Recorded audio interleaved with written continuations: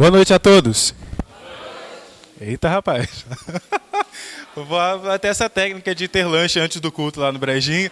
Dá certo o negócio. Que maravilha. O pastor Everton é o presente de Deus na minha vida.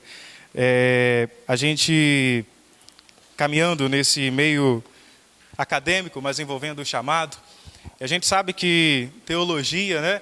Infelizmente, é um assunto que qualquer um quer conversar, qualquer um quer tomar partido sobre isso. E a gente acaba encontrando dificuldades, às vezes, na nossa caminhada, de encontrar pessoas que, de fato, se deixam ser instrumento nas mãos de Deus. O pastor Everton é um desses. E eu agradeço ao Senhor por tê-lo conhecido. E, de fato, essa noite aqui é fruto do Evangelho. É fruto do Evangelho. Estarmos aqui louvando a Deus com essas pessoas tão especiais e conhecendo vidas também que são pessoas que o Senhor nos faz e nos dá a conhecer ao longo da nossa vida, é algo que alegra muito o nosso coração. Como o pastor já fez a apresentação aqui, né? Mas eu vou chegar lá ainda, pastor. Vou chegar lá ainda, né? A gente agradece a Deus por esse privilégio. E eu quero convidar os irmãos, então, a meditarmos no texto que já é conhecido por todos, o texto tema utilizado para esta conferência. E o motivo grande de agradecermos sim a Deus, porque de fato é somente o Evangelho para manter uma igreja de pé. É o Evangelho que mantém o povo de Deus unido, é o Evangelho que fortalece o povo de Deus. O Evangelho é a vitamina, é a solução para manter uma igreja de pé. Eu quero convidar todos, então, para lermos o texto. É possível colocar aí, Miguel? Romanos 1, verso 16. Quero pedir a todos para lermos juntos. Você pode se pôr de pé? Vamos todos juntos ler esse texto. Vamos lá? Não me envergonho do Evangelho, porque é o poder de Deus para a salvação de todo aquele que crê, primeiro do judeu e depois do grego. Vamos orar nesse momento. Deus Santo Pai, lhe agradecemos a Deus por estar aqui reunidos nessa noite tão especial, a qual está sendo o terceiro dia deste grande culto que o Senhor nos deu para estar direcionando os nossos corações ao Senhor e recebendo do Senhor a palavra, o Evangelho, como torrentes de água sobre nossas vidas. Que essa palavra poderosa, Deus, que ao longo dos séculos tem alimentado, fortalecido a sua igreja e que desde a fundação do mundo tudo já apontava para Ele. Ó Deus, te agradecemos por tudo que o Senhor tem manifestado pela sua misericórdia, pelo seu amor. E essa é a causa de não sermos consumidos. Estamos aqui porque entendemos que dependemos do Senhor. O Senhor é o nosso combustível, o Senhor é a nossa força. Graças te damos por ter nos trazido aqui em paz, e que em paz também o Senhor nos retornará para casa. Mas antes disso estaremos com alegria ouvindo a tua palavra. Fale conosco por meio do teu Espírito. É o que lhe pedimos no nome de Jesus. Amém. Irmãos, as marcas de um evangelho verdadeiro, observando a carta de Paulo aos Romanos, é nisso que eu quero meditar e observar com os irmãos nessa noite. A epístola aos Romanos não foi escrita prioritariamente para corrigir um problema na igreja de Roma, visto que as cartas de Paulo eram costumeiras, né? E tinham esse propósito de sempre estar corrigindo algum problema em alguma igreja, mas sim para fazer uma apresentação e uma defesa do evangelho, o evangelho verdadeiro. E mais do que uma carta, Romanos é uma teologia inteira, é um tratado teológico. É maravilhoso a carta aos Romanos. E de fato, essa em particular é a carta, o livro que eu mais amo das Escrituras. E Deus me deu o privilégio de estar aqui nessa noite, meditando com os irmãos. E eu quero conversar com os irmãos, então, observando a introdução dessa carta, lá no versículo 1. Será que a gente pode acompanhar, então, a partir daí? Paulo, a maneira como ele já se dirige à igreja, como ele se dirige também, né, em todas as suas cartas. Vou estar abrindo aqui para não precisar estar virando. Você tem apenas a NVI? Eu estou usando a ARA, seria possível?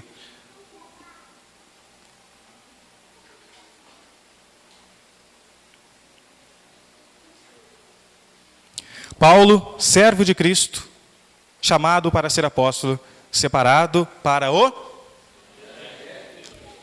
Evangelho de Deus. Paulo, ele é um arauto do Evangelho, ele é um anunciador. No primeiro século, o remetente de uma carta, ele colocava o seu nome no início da carta. E por isso, Paulo abre a sua epístola fazendo 3 afirmações sobre si mesmo. Ele anuncia aqui no verso 1 que ele era servo de Cristo. A palavra grega traduzida para servo significa escravo, ou seja, aquele que foi comprado por um preço, pertence ao seu senhor e está completamente à disposição desse senhor. Olha que maravilha, as primeiras palavras desse apóstolo ao trazer essa carta. Paulo, então, indicava com essa expressão plena submissão ao seu Senhor. E vale ressaltar que quando Paulo, então, ele se apresenta como servo de Cristo, isso se refere não apenas a uma posição de grande humildade, ele se coloca como servo, mas também uma subida de honra. No antigo Israel, chamar um homem de servo de Deus era conceder-lhe um título de honra. Isso porque os patriarcas, os reis, os profetas, eles se apresentavam como os servos do Senhor. Assim, Paulo ele se autoposiciona na mesma linhagem de Abraão, de Moisés e de Davi como servo do Senhor. Ele diz aqui também que ele foi chamado para ser apóstolo, e isso é muito importante observarmos desde o início dessa carta. Paulo, ele foi chamado para ser apóstolo e deixa isso bem claro. A palavra para apóstolo significa enviado. Paulo, ele foi chamado do mundo, como nós conhecemos a história desse apóstolo, foi chamado do mundo para ser enviado agora de volta ao mundo com o propósito de anunciar o evangelho, e especialmente aos gentios. É por isso que ouvimos muito por aí que Paulo é o apóstolo dos gentios. Há forte contraste entre os dois termos usados por Paulo. Se a palavra servo expressa grande humildade, bem, o título apóstolo, ele enfatiza grande autoridade. Servo é um termo geral para todos os cristãos. Apóstolo é um termo específico apenas para aqueles que foram chamados por Cristo a testemunharem e testemunharam a sua ressurreição.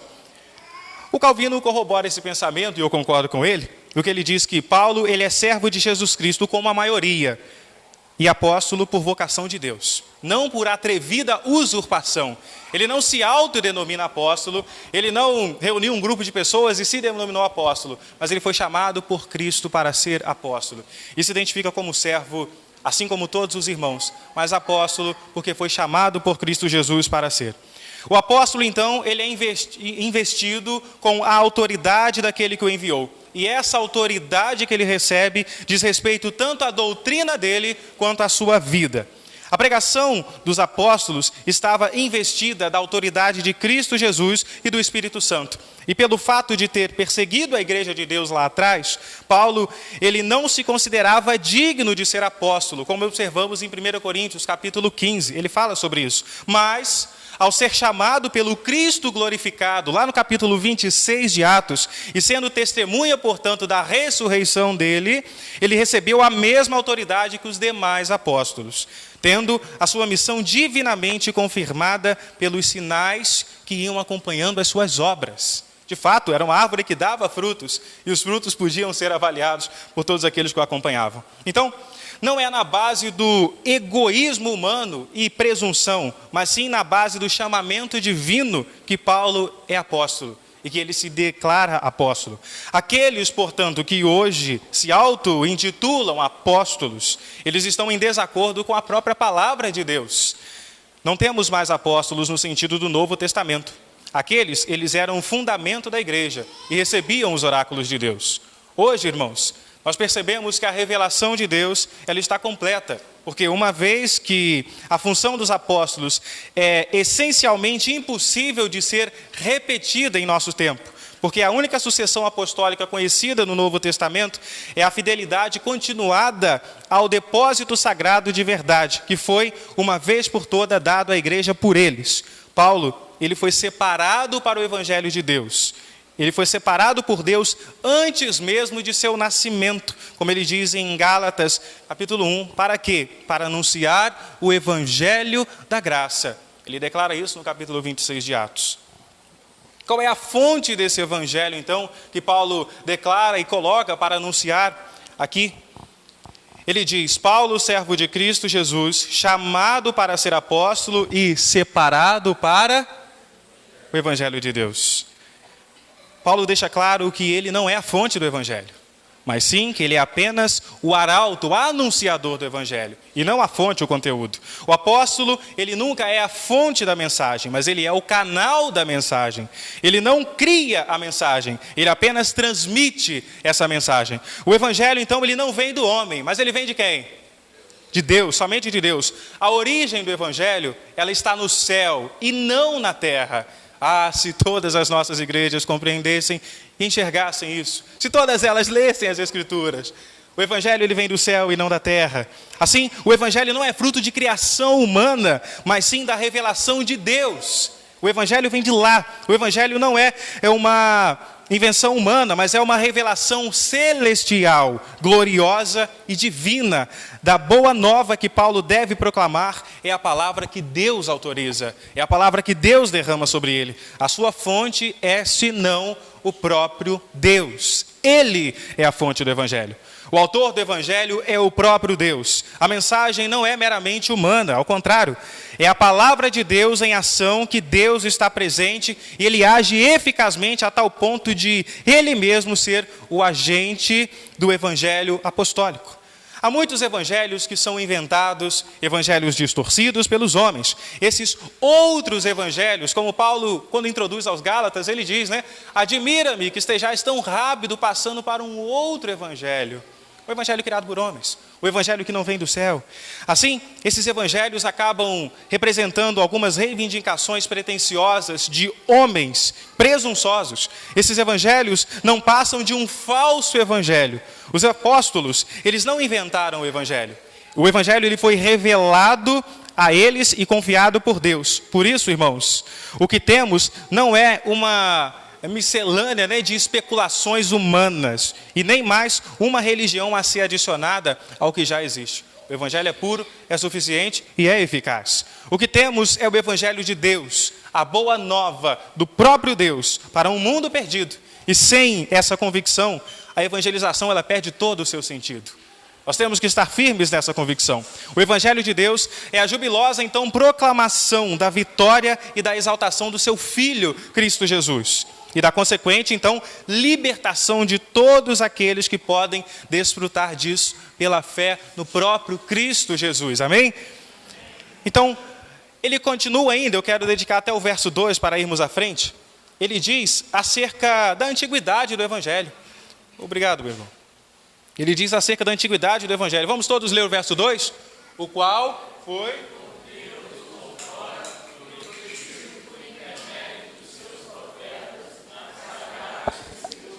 Ou seja, o evangelho não é uma inovação. Observe esse versículo, vamos ler mais uma vez em sua mente. Não é uma inovação. Não é uma espécie de plano B, porque o plano A falhou quando o homem caiu. Não, o evangelho foi concebido na eternidade e anunciado por Deus na história, prometido pelos profetas lá atrás. Ele foi prefigurado em todos os sacrifícios judaicos e plenamente cumprido em Cristo Jesus. Esse foi o caminho do evangelho. Há uma continuidade perfeita entre o Antigo e o Novo Testamento. Então, o evangelho não é uma ruptura, mas é uma atualização. É a mesma essência, é o mesmo conteúdo. Nas Escrituras, no Antigo Testamento estava contido o evangelho em tipos, em símbolos e profecia. Assim, elas predisseram os grandes eventos redentores que iriam formar a substância da mensagem do evangelho que temos hoje.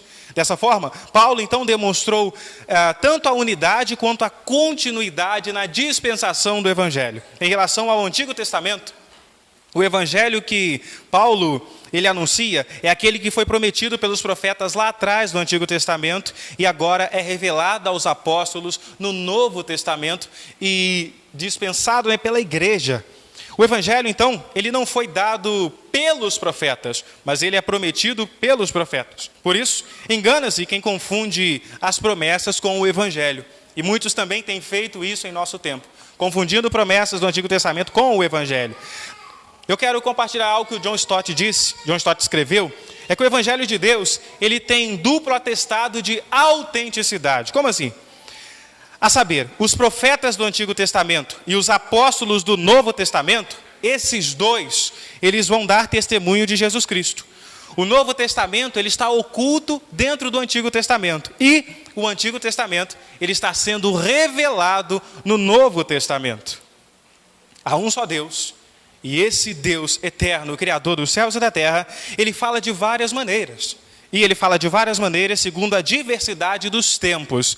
Mas, falando de várias maneiras, na diversidade dos tempos, ele diz sempre a mesma coisa. Ele diz sempre a mesma coisa. E assim, porque é verídico e realiza sempre a mesma obra, porque esse Deus, ele é fiel. E a sua veracidade, a sua fidelidade, elas alcançam a expressão suprema em Cristo Jesus. Nele nós podemos enxergar tudo isso. A linha de raciocínio do apóstolo Paulo, então, é que as boas novas de salvação pela fé, elas não constituem inovação e que o cristianismo não é uma contradição do judaísmo. Antes, porém, o cumprimento, a consumação ou o clímax dessa dispensação é que o Messias predito lá no Antigo Testamento é o Cristo do Novo, o servo do Senhor, a quem os profetas predisseram, é o Filho de Deus, a quem os apóstolos pregaram. Paulo crê então firmemente na suficiência das Escrituras para nos revelar o conteúdo do Evangelho. Ele não aceita nenhum evangelho além daquele revelado nas Escrituras. Não se aceita nenhum evangelho além do que já foi revelado nas Escrituras. Nada de revelações, então, fora da palavra de Deus. Nada de revelações fora das Escrituras. Nada de introduzir alguma novidade estranha à palavra de Deus. O conteúdo do evangelho, ele se limita à revelação divina que temos nas Sagradas Escrituras. O intuito divino, então, era pôr o cumprimento ao lado da sua promessa. A essência desse evangelho, então, que Paulo traz, vamos observar os versos 3 e 4. Com respeito ao seu filho, o qual, segundo a carne, veio da descendência de... Verso 4. E foi designado Filho de Deus com poder, segundo o Espírito de Santidade, pela ressurreição dos mortos, a saber, Jesus Cristo, o nosso Senhor. Qual é a essência desse evangelho, então? Com respeito ao seu Filho, o qual, segundo a carne, veio da descendência de Davi e foi designado Filho de Deus. A essência do evangelho é Cristo Jesus. É somente Cristo Jesus. O Evangelho de Deus, então, revelado nas Sagradas Escrituras, tem um centro ao redor do qual tudo gira, do começo até o final. Esse centro é o Filho de Deus, Cristo Jesus. O Evangelho, então, ele tem como essência Cristo Jesus, o Filho de Deus. E o Evangelho de Jesus Cristo, ele é o eixo, ele é o cerne, ele é o conteúdo e ele é a essência do Evangelho. Citando mais uma vez o John Stott, ele diz que a boa nova de Deus é Jesus. Portanto, se você sai de Jesus, se você se aparta de Jesus, um passo que seja, significa se afastar do Evangelho. Porque ele é o centro do Evangelho. O Evangelho prometido, então, lá no Antigo Testamento, ele trata do Filho de Deus. Todo o Antigo Testamento aponta para Cristo Jesus. O centro das Escrituras é o próprio Cristo. As Escrituras estão falando dele como filho. Ele é maior que Abraão, que Moisés, que Davi, que Salomão ou qualquer outro profeta.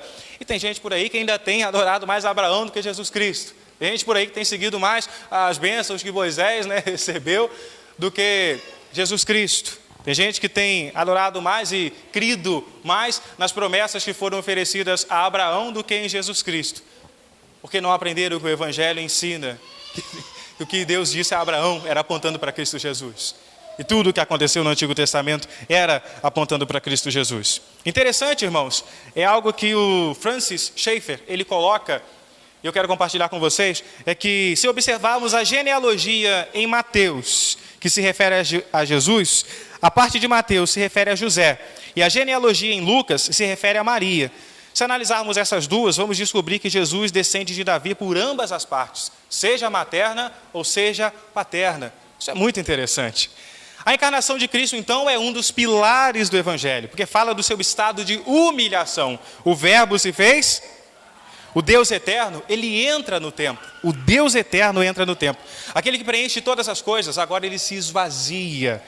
E assim, o Senhor do universo se faz servo.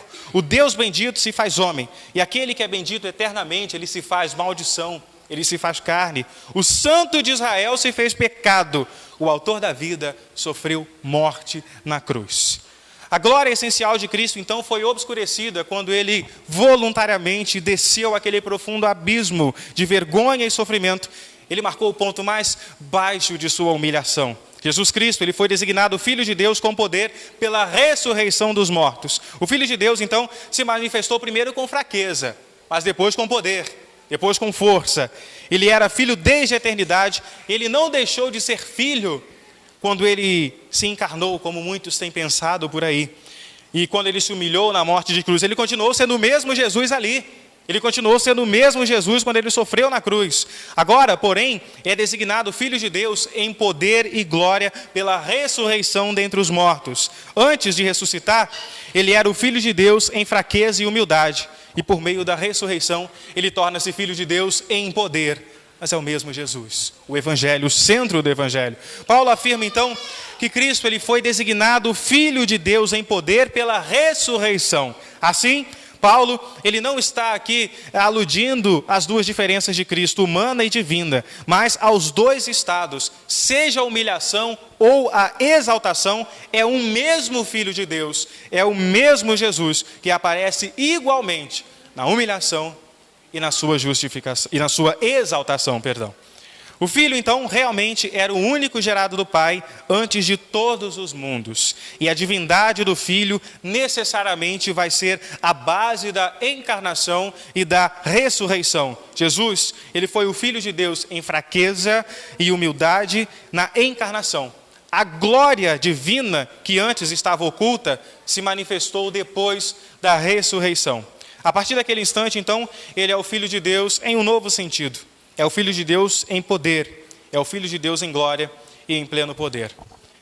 Para fechar esse argumento, então, o apóstolo Paulo ele diz que pela ressurreição, Deus o exaltou sobremaneira e lhe deu o nome que está acima de todo, para que o nome de Jesus se dobre todo o joelho, debaixo da terra e nos céus.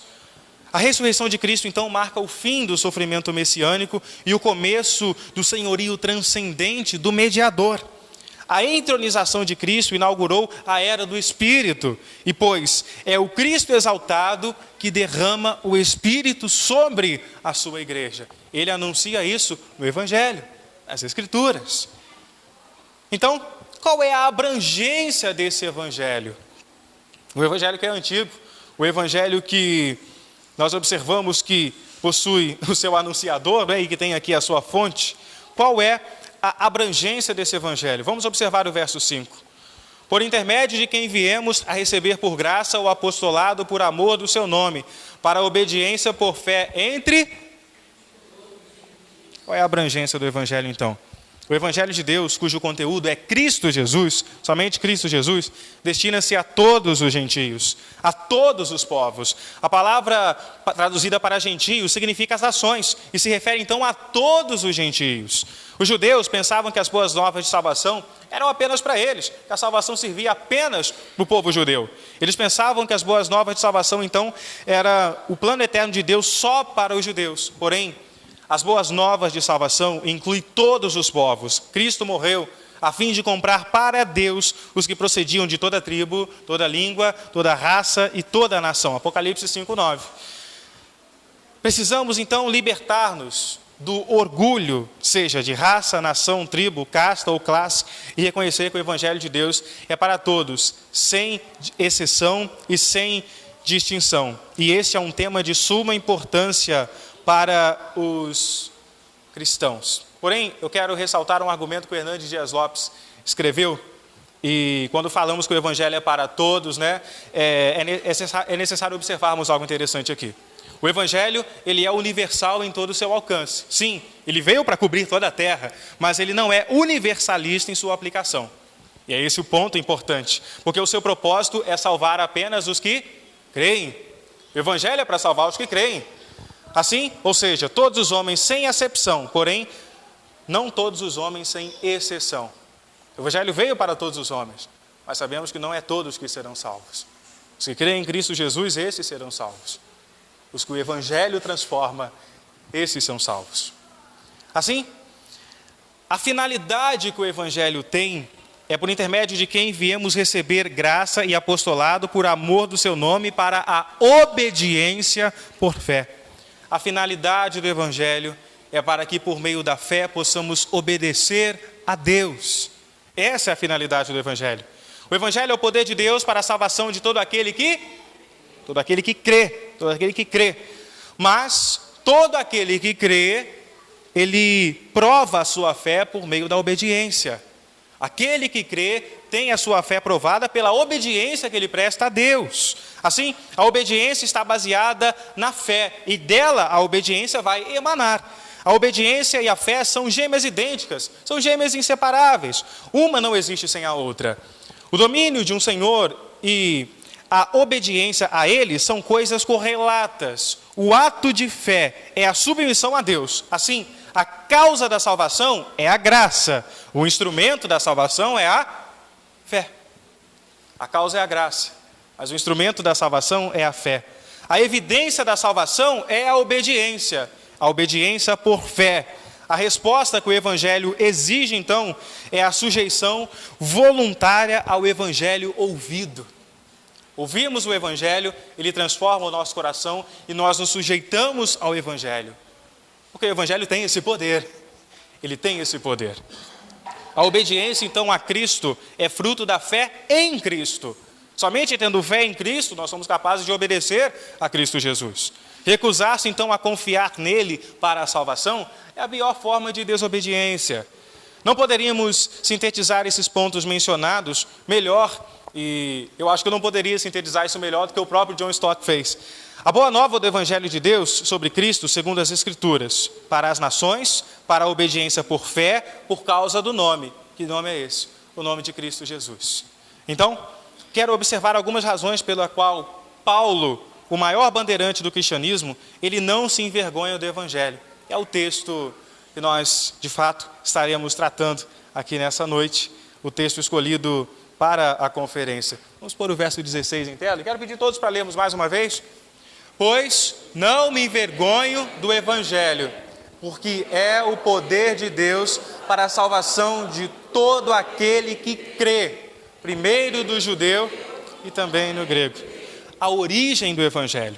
A mensagem do Evangelho não é uma palavra de César, mas sim uma palavra do Filho de Deus. O Evangelho, ele não emana da terra, mas ele emana do céu. Ele não procede dos homens, mas ele procede de Deus. Não é fruto da engenhosidade humana, mas sim da revelação divina. O Evangelho, ele é a boa nova de Deus ao homem, quanto à sua natureza. É a boa notícia do perdão de Deus ao pecador. Assim, no Evangelho, resplandece tanto o amor quanto a justiça de Deus. E citando o argumento de Lutero, o William Greathouse, ele registra o seguinte: Deus, ele não quer nos salvar pela nossa justiça, mas por uma justiça externa, que não se origina em nós, mas que nos vem de fora de nós, e que não surge em nosso planeta Terra, mas essa justiça vem do céu sobre nós. Ele vai dizer aqui no verso 16 também, que o Evangelho é o poder de Deus, e de fato, ele é o poder de Deus. O Evangelho, ele é onipotente, assim como Deus é onipotente. Não há coração tão duro que o Evangelho não seja capaz de alcançar. O Evangelho tem esse poder, ele tem esse poder. As engenhosidades criadas pelas igrejas de nossos dias não têm esse poder. O Evangelho tem. O som, por mais alto que seja, ele não tem esse poder, mas o Evangelho tem. Somente o Evangelho. O Evangelho também ele possui propósito, não apenas um poder isolado. Por quê? O Evangelho é o poder de Deus para a salvação. É para a salvação. Assim, o Evangelho não é um poder destruidor, mas sim salvador. Nenhum poder na terra pode salvar o homem, exceto o Evangelho. E o Evangelho tem um alcance grandioso. Por quê? Observemos, o Evangelho é tanto para o judeu, quanto também para o... Ele está endereçado a todos os povos, seja judeus, seja gregos, seja gentios. O Evangelho, ele é universal em seu alcance. Ele é tão amplo a ponto de oferecer salvação a todos os homens. E ao mesmo tempo, ele é tão restrito de oferecer a salvação apenas aos que creem. De dar salvação apenas aos que creem.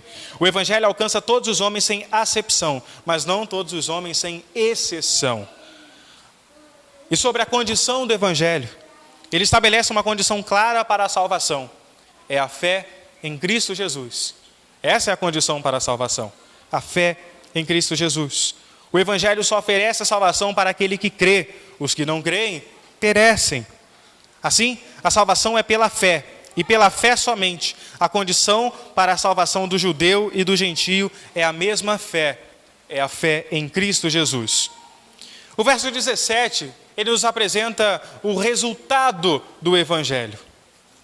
Visto que a justiça de Deus se revela no Evangelho de fé em fé, como está escrito, o justo viverá pela fé. O Evangelho produz não apenas fé salvadora, mas também a fé santificadora. Dessa forma, o justo vive pela fé, é ela que nos alimenta e dia após dia nos faz conhecer de Deus. E quanto mais nos aproximamos de Deus, mais Ele se revela a nós e mais conhecemos esse Deus grandioso. O justo, então, ele é salvo pela fé e vive pela fé. Ele vence pela fé, ele caminha de fé em fé. O Evangelho, então, é um poder extraordinário.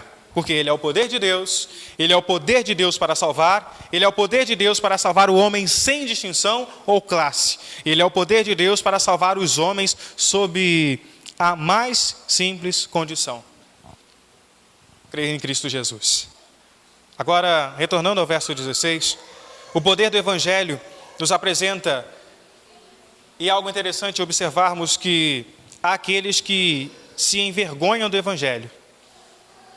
Há aqueles que não se envergonham do Evangelho e há aqueles que são a vergonha do Evangelho. Em qual desses grupos você está? Você não se envergonha do Evangelho? Você se envergonha do Evangelho? Ou você envergonha o Evangelho? Meu Deus, estou falando igual o pastor Everton. Qual modelo de vida nós temos levado? O Evangelho que Paulo anuncia, irmãos, não é o Evangelho da prosperidade. Não é esse Evangelho. Nós não podemos pregar esse Evangelho porque ele não é bíblico. O Evangelho que Paulo anuncia não é o Evangelho da prosperidade. E hoje temos visto florescer no mundo esse outro Evangelho, que não é o das Escrituras. Um falso Evangelho, o Evangelho de prosperidade, e não o Evangelho de cruz. Esse Evangelho promete conforto, mas ele não promete o sacrifício. Ele não fala sobre o sacrifício. Ele fala sobre o sucesso, mas ele esquece a renúncia. Ele fala das riquezas da terra, mas não fala nada de riquezas do céu. Esse Evangelho coloca o ser humano no centro, ao invés de colocar Deus. Então ele é antropocêntrico e não teocêntrico. Nesse Evangelho, é Deus quem está a serviço do homem, e não o homem a serviço de Deus. Nesse Evangelho, é a vontade do homem que tem que ser feita, e não a vontade de Deus. E parece que querem, né, que a vontade do homem seja feita no céu e não que a vontade de Deus seja feita na terra. Esse é o outro Evangelho e, infelizmente, tem inundado muitos daqueles que têm dito crer em Cristo Jesus, mas têm praticado e vivido esse Evangelho. O Evangelho que Paulo anuncia também, ele não está centralizado em milagres e prodígios. Este não é o centro do Evangelho de Paulo. Por quê? Porque o ministério de Jesus também não foi. Embora muitos tenham confundido e usado isso. O Evangelho que Paulo anuncia não está concentrado em milagres e prodígios. E há falsos obreiros que em nosso tempo, basta você ligar a TV, né? Não sei se acha canais cristãos, né, que sirvam para assistirmos hoje. Acho que não tem mais, né? Tem quem nem assiste televisão mais hoje em dia, né? Muito pouco, né? Mas, pois é, se você ligar em algum canal de televisão, talvez você vai ver uma igreja lá que está pregando um desses evangelhos que não tem nada a ver com as Escrituras. Prega-se, então, focado nos milagres, prega-se visando a prosperidade. E muitos obreiros hoje têm pregado o Evangelho apenas para aliviar a dor do corpo. Né? É um tal de some dor de cabeça, some dor no rim, some dor nas pernas. Né? Então, mas se busca curar enfermidades do corpo, mas a enfermidade da alma, como fica? Pregam cura, mas não pregam arrependimento. Pregam milagres, mas não a fé salvadora. Pregam sobre os supostos direitos que o homem tem diante de Deus, mas não essa necessidade desse homem se arrepender diante do Senhor. Precisamos reafirmar com toda a convicção que é claro, Deus realiza milagres. Ele realizou. Ele é o mesmo ontem, Ele é o mesmo hoje, Ele é o mesmo eternamente. E Ele jamais abdicou de seu poder. Porém, o Evangelho não é constituído apenas de milagres. E as pessoas direcionam apenas para isso. O milagre pode abrir portas para o Evangelho, mas não é o Evangelho. Mas ele abre portas para o Evangelho. E nós observamos que no ministério de Jesus aconteceu assim. Os milagres abriram portas para a pregação, para crer em Jesus, não simplesmente para ser curado. As pessoas que viram mais milagres foram as gerações mais incrédulas. Foram as mais incrédulas. Tudo para crer em Deus, não simplesmente para ter milagres. Hoje, se quer ser crente e só receber milagres. Qual proveito disso tem? Quando observamos biblicamente. E vemos a maneira errônea, então, como que se direciona a visão do Evangelho. As 3 gerações que viram mais prodígios e sinais foram as pessoas que viveram nos dias de Moisés, nos dias de Elias e nos dias dos apóstolos. Essas 3 gerações, elas se renderam à incredulidade. E Deus manifestou muitos sinais nelas. O milagre em si não é suficiente para converter o pecador, porque somente o Espírito Santo pode fazer isso. Depois do estupendo milagre de Pentecostes, por exemplo, o povo ele ficou cheio de ceticismo, preconceito e zombaria. Foi isso que aconteceu?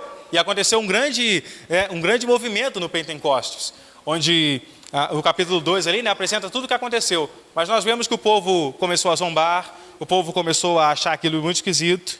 E quando Pedro se levanta para pegar a palavra, é aí que corações se arrependem. É aí que os corações se derreteram. Quando a palavra foi pregada. Não quando o avivamento aconteceu ali, mas sim quando a palavra foi pregada. O pessoal se arrependeu. Quando o Evangelho foi anunciado. Assim, Jesus não veio ao mundo apenas com o propósito de aliviar a dor de corpo.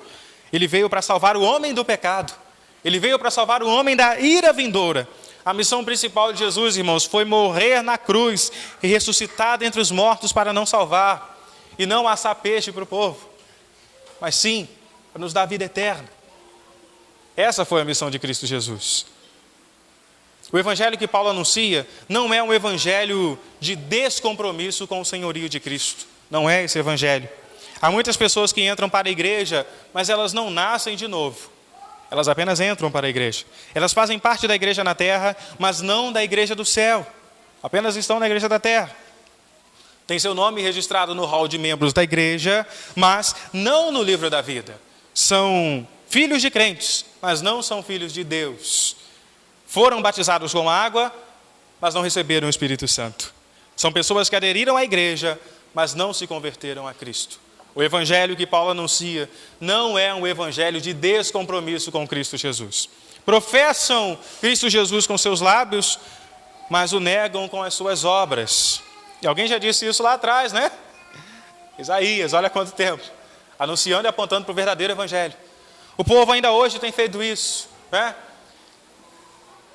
Se honra a Deus com os lábios, mas as suas obras são reprovadas pelo Senhor. Chamam Jesus de Salvador, mas não o obedecem como seu Senhor. E querem Jesus simplesmente apenas como Salvador, não como seu Senhor. O Deus das bênçãos é que nós devemos buscar, e não simplesmente as bênçãos de Deus, como muito diz o Hernandes em suas pregações. São pessoas que frequentam a igreja, mas elas não mudam de vida nunca. Estão sempre frequentando a igreja, mas não mudam de vida. Professam uma coisa, mas praticam outra. A sua vida não muda, não há arrependimento. E pior, não há busca pelo arrependimento. Nós reconhecemos que somos pecadores diante de Deus. E o pecado, ele deve trazer, sim, vergonha, tristeza ao nosso coração. Terrível é quando o homem começa a pecar, isso já não traz tristeza ao seu coração. Já ouvimos isso, Não traz tristeza ao seu coração quando o pecado não pesa a sua consciência. Isso é terrível. E como ouvimos o pastor aqui mais cedo, é quando Deus deixa, então, já que você quer, faz o que você quer. E os homens, então, se perdem. O capítulo 1 de Romanos vai mostrar as 26 desgraças que esse capítulo mostra em termos de pecado que acontece na vida de um homem que, tendo conhecimento de Deus, não o reconheceram como Deus e não o aceitaram. Isso Deus então deixou eles irem. Assim, Jesus, ele não veio ao mundo apenas com o propósito de aliviar a dor do corpo, mas sim para salvar a humanidade.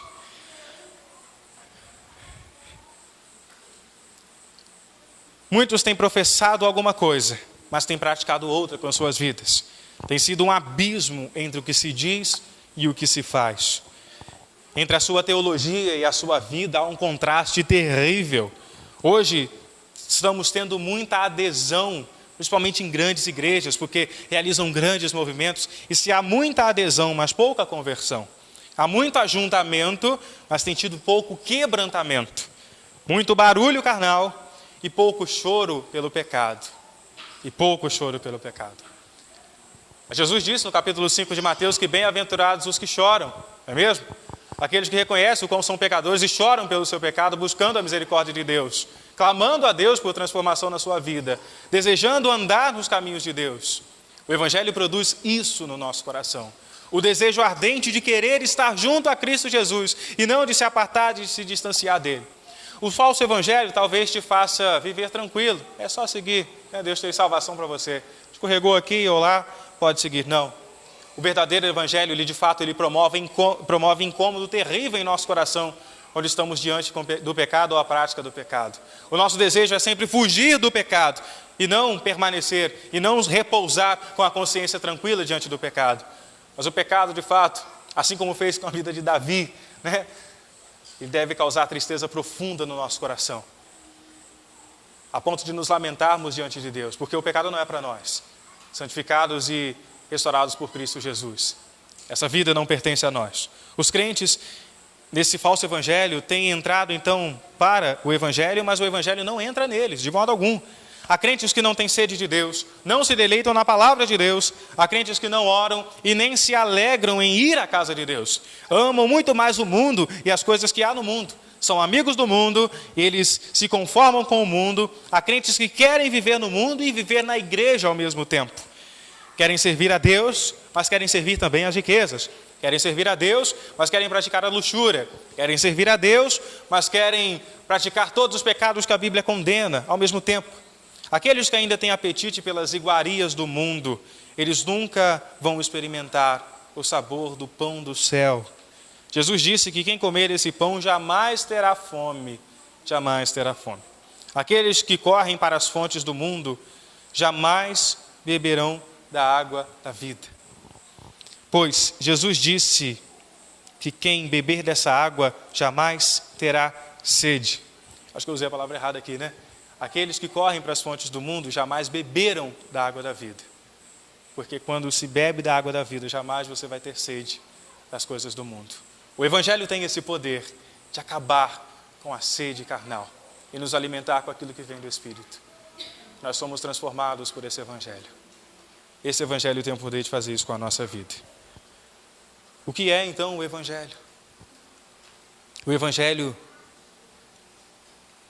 ele é um poder irresistível. Assim é o poder do Evangelho. Esse Evangelho é o Evangelho da onipotência divina operando para a salvação. O Evangelho é o poder de Deus. Deus é onipotente e Ele pode todas as coisas, amém? Ele pode todas as coisas, nós sabemos que Ele pode. Ninguém é capaz de resistir ao poder de Deus. Ele pode tudo quanto quer. Assim, o Evangelho, ele é irresistível. Ninguém se envergonha daquilo que é poderoso. Paulo não se envergonha do Evangelho porque ele é o poder de Deus. Como se envergonhar daquilo que é poderoso? Ninguém precisa ficar constrangido quando tem posse de algo que é onipotente. O Evangelho é a dinamite de Deus que explode a pedra e quebra barreiras e atravessa as muralhas. Esse poder, ele desconhece impossibilidades. O Evangelho tem o poder de produzir algo. E não é mero adorno, e nem uma história bonita, muito menos interessante o sistema filosófico. Ele tem o poder de arrancar o homem do inferno. Esse é o Evangelho. Ele entra em todas as culturas e ele quebra o muro de separação entre todos os povos. O Evangelho entrou no palácio de Nero e conquistou o coração dos soldados e da guarda pretoriana. O Evangelho conquistou também o coração do povo romano. E em poucos anos, o Evangelho havia dominado todo o mundo. O Evangelho entrou nas muralhas de concreto do comunismo também. Ele penetrou nas prisões e libertou os encarcerados. Quando estava criando o universo, bastou Deus falar e tudo se fez. Para nos salvar, contudo, o próprio Deus precisou esvaziar-se e humilhar-se, fazer-se carne e vir ao mundo para morrer em nosso lugar. A redenção, irmãos, é uma obra ainda maior que a criação. O poder que Deus operou na cruz é maior do que o poder que trouxe o universo à existência. O Evangelho é poderoso demais. O Evangelho, ele é o único capaz de salvar o pecador. O Evangelho é o poder de Deus para a salvação. O poder de Deus só é operante para a salvação através do Evangelho que Ele designou. O Evangelho é o poder de Deus para a salvação. Há poderes que destroem, como as bombas atômicas, que sepultaram cidades inteiras. Porém, o Evangelho é o poder de Deus para a salvação e não para a destruição. É isso que alegra o nosso coração. O Evangelho é o poder de Deus para a salvação, não para aniquilar. O nosso Deus não é um Deus mau, um Deus que age para destruir, para ceifar a humanidade, como muitos têm acreditado ao longo do tempo, como os ateus ainda buscam querer defender essa tese e inculcar isso na cabeça de muitos jovens. Deus, Ele quer salvar o pecador. É isso que Deus quer. Não há esperança para o pecador sem o Evangelho. O Evangelho é a mensagem do amor de Deus, a graça salvadora, é o perdão infinito. O Evangelho é Deus amando o pecador, é o justo perdoando aquele que é culpado. O Evangelho é a porta do céu ficando escancarada para aquele que está perdido. É a vida sendo oferecida aos mortos em seus delitos e pecados. O Evangelho é o poder onipotente de Deus para livrar o homem da ira vindoura e reintegrá-lo à glória que ele foi destituído por causa do pecado lá atrás. Mas o Evangelho tem o poder de restaurar o nosso caminho, nos dar a direção e retornar o homem à glória que nós perdemos lá no passado. O Evangelho então livra o homem da condenação e dá a salvação. O Evangelho tira a condenação da nossa vida e nos dá a salvação. Nos tira do império das trevas e nos transporta para o reino da luz. O Evangelho arranca então as cadeias da condenação e concede libertação ao cativo. Tira-nos das entranhas da morte e nos oferece a vida eterna. Ser salvo então, irmãos, significa ser emancipado do maior mal e receber posse do maior bem. Essa salvação, ela é passada, ela é presente e ela é futura. E quanto à justificação, bem, nós já fomos salvos. Quanto à santificação, nós estamos sendo salvos. E quanto à glorificação, seremos de fato salvos. Seremos salvos. Na justificação, nós fomos salvos da condenação do pecado. Na santificação, estamos sendo salvos do poder do pecado. E na glorificação, vamos ser salvos da presença do pecado. Que ainda rodeia, a nossa vida. Que ainda fica aí tentando aparecer no meio do nosso caminho.